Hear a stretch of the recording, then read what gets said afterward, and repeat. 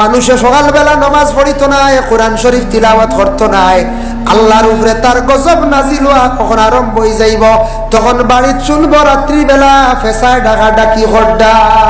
ফেসা ডাকুন, ফেসা ডাকিয়া আনলেও আই কিছু বিপদ, এতে ফেসা ডাকিয়া আনে না। হায়াতুল হায়াওয়ান কিতাবের মধ্যে আল্লামা কামালউদ্দিন দমিরি রাহমাতুল্লাহি তাআলা আলাইহি লেখছেন, দাউদ আলাইহিস সালাতু ওয়াস সালামে ফেসারে প্রশ্ন করলারে বা ফেসা হোসাইন তুমি গাছর আঘাত থাকো না, নিচর ডালতে খেনে তুমি থাকো হোসাইন, ওই সময় ফেসায় জবাব দিবে আমি আল্লাহর গজব ধরাইয়া নিচে থাকি, এও গজব ধরায়, মাথাটা নিচু করিয়া তুমি খেলে থাকরে ফেসা হোসাইন, ফেসা আমি ডরাই আল্লাহর গজব, হয়তো আমার গজব মাথা পড়ে যাইতে পারে।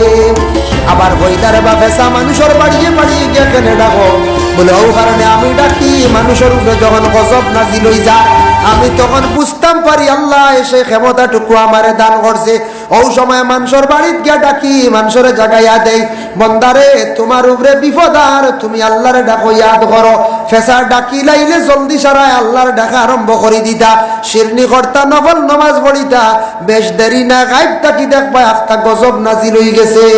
হয় বেমার কিবা তো ছেলে আটকে গেছি, কিবা তো কেস পড়ে গেছি, ইলা একটা গজব আইব মিস নাই, পরীক্ষিত ইতা প্রায় মাঞ্চ করছেন হুজুর ফেসা বড় ডাকিদরা বাই দেখা যাবি বুঝাইছেন নিবা, ও গজব নাজিল হয় এরার উপরি রক্ত উঠি যায়, মাঝে মধ্যে মিস হয়, তবে খেয়াল রাখতা ফজর রক্ত উঠার, ফজর রক্ত উঠার খেয়ালটা রাখবা। বলে সবচাইতে ভালো বাতাস কিতাবও লেখা আছে সকালকুর বাতাস যেটা আছে বিজ্ঞানে কইছে, বিজ্ঞানে সকালকুর বাতাসটা আবহাওয়াটা খুবই ভালো, আর আমাদের কিতাবের মধ্যে আছে সকালবেলা যে তফরিক হইছেন সকালবেলা কুর হাওয়া বাতাস যেটা আছে এটা মানুষদের জন্য খুবই উপকার। সকালবেলা যারা সময় মতো উঠিয়া ফজরের নামাজটা আদায় করে লাইবা, যে বাড়ির জানিয়া রাখবা ফজরের নামাজ পড়িবা উঠিয়া অবশ্যই তিলাওয়াত কিছু করবা, এই বাড়ির মধ্যে রহমতর ফরিস্ত রহমত পাঠিয়া যায়, এই বাড়ির মধ্যে রহমত